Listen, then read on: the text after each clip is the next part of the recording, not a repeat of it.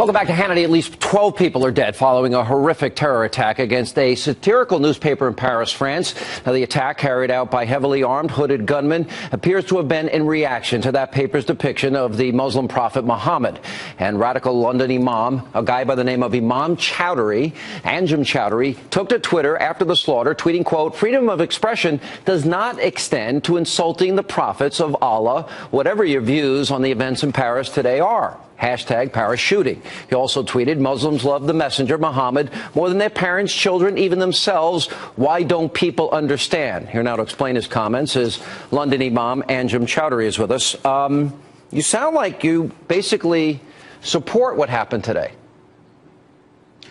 No, what I'm saying is that these things need to be put into context.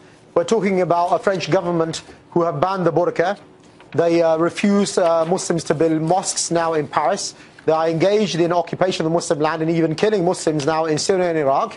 And on top of that, they allow people to insult the Prophet. You're justifying this. They went in and slaughtered a newspaper, a satirical newspaper that makes fun of the Pope and makes fun of Catholics and all religions and politicians and everybody. But you do have in France many no-go zones where non-Muslims are not allowed to go and police and fire departments are not allowed to go. And you do have Sharia courts in those areas. So your characterization is not exactly accurate about the treatment of Muslims in France. No, I think that the political landscape in Europe has in fact shifted. As you know, many right-wing organizations are now allowed to espouse their own anti-Islamic ideas very openly. And in fact, we could have a government in places like France which are very anti-Islam and anti-Muslims. Yeah, so what you're basically saying, so what you're basically saying is freedom of expression does not extend to insulting the prophets of Allah, whatever your views on what happened in Paris. So you're saying you do not believe in freedom of speech, you don't believe in freedom of religion, you don't believe in freedom of expression, you believe in Islamic fascism, that people must abide by your laws. Actually, as a Muslim, we believe that sovereignty and supremacy belongs to God, and therefore we believe in submitting to the commands of God. But you're demanding you're demanding everybody else submit to what you believe. No, and it should be illegal to. What we say is that you said. You said freedom of expression. What we say is that. Go ahead. Sure. Go ahead. Well, what we say is that freedom of expression has a responsibility by those people who espouse it in the West, in particular non-Muslims. But as you know, it is, changed, it is curtailed for things like incitement and hatred. And as you know, you have laws which allow, the curtailment of freedom of expression for your own national security. So you're saying I got what you're saying. So you're saying anything offensive about the Prophet Muhammad should be illegal. And you believe that should be worldwide. Every country should adopt that law. Well, you need to understand that in Islam, this carries capital punishment. And we saw before with Theo Van Gogh and Salman Rushdie. But you're not answering. You're saying that every country should be aware about this already. But every country should adopt that, and it's convert or die. It's either you agree with us, or we will go into your newspaper and we will slaughter you. We will put a fatwa out on you. No, what we're saying is that a quarter of the world's population revere the messenger Muhammad sallallahu alaihi wasallam, and for them they'll prefer to die themselves than to allow anyone to insult the Prophet. Now, people in the West should understand that we live in a very unstable and insecure world today, which you can see very well now in Paris, what the consequences of insulting the Prophet are. And what we're saying is that the sensibilities and the emotions of Muslims must be taken into consideration in the context in which we live today. Let me ask you quick questions and get answers. And I'm really holding my temper down because you really anger me, and I know you anger a lot of our audience. But I think this is important. You want worldwide a law to be in every country that you cannot criticize the Prophet. Is that accurate? Well, we want the Sharia, and the Sharia says that this is completely prohibited. Okay, and to you, this I want short answers. To you, this is the true Islam. This is Islam. Well, of course, no criticizing the Prophet. Of course, and those that are apostates that once were Muslim but convert to say Christianity, you believe that those people should die, right?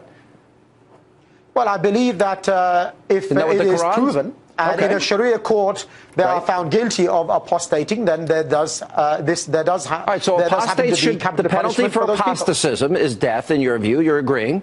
And infidels, well, this is correct, yes. Non-Muslims, they should die as well, right? They must abide. No, nobody said that. Nobody said that. But the Quran says take neither Christians or Jews for your friends. The Quran says that.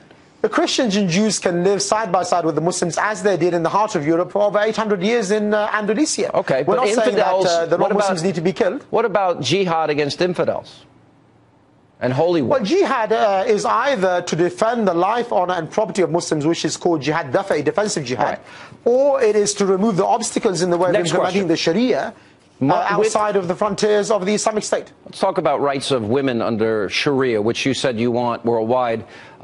Should every woman, should they be mandated worldwide that they must cover themselves? Well, we believe that either you abide by the criteria which is set out by God on how much you should cover your own body, or the people would decide for themselves according to their own whims and desires. But yes, want people to know what you think true Islam is. It should be determined by divine law. Okay, short answers. Yes, these are yes or no questions. So women should cover, yes, right? Okay, all women, men and women should cover. All right, no bikinis for anybody. No bikinis for anybody. This is what we believe. Okay, I got it. All right, adultery. What they do in their home is one thing, but not in the public arena. Not in the public. Got it. Adulterers, women that commit adultery, you're okay with them being stoned to death? Men and women who commit adultery, for which there is sufficient evidence, for example, 4 eyewitnesses who saw the actual but that's only for, issue taking place. That's only for men. That's only for women. Tried in a court. No, it's for both men and women. So adultery, the penalty for adultery should be death. For both men and the women who are And what about adulterers? gays and lesbians? Should they be killed as well? Well, if someone likes someone of the same gender, it's one thing. But if they are committing the act of sodomy and there are witnesses, then that as well carries capital punishment. Okay, that carries capital punishment. And you're okay with comics and satirists and critics of Islam? For example, if somebody questions the age of Muhammad's wife, that they should be what? The penalty for them should be death as well? No, I mean, you can ask about the age of the wives of the Prophet. You can criticize Islam in that you can have a debate and discussion. But there's a difference between insulting the honor of the Messenger Muhammad sallallahu alaihi wasallam. For example, what this particular magazine did was portray him naked. And they portrayed him in different images like that, which is clearly insulting. You're going to have to get over it. I'm a Catholic, and there was a picture, an artist in the Brooklyn Museum, elephant dung on the Virgin Mary. I didn't like it, but I didn't go in and shoot the people in the museum. Yeah, but that's your way of life, though. But you're saying this is, Islam, this is not allowed. I'm running out of time. You're saying this is true Islam, and you're also, on the other hand, you say this is a peaceful religion.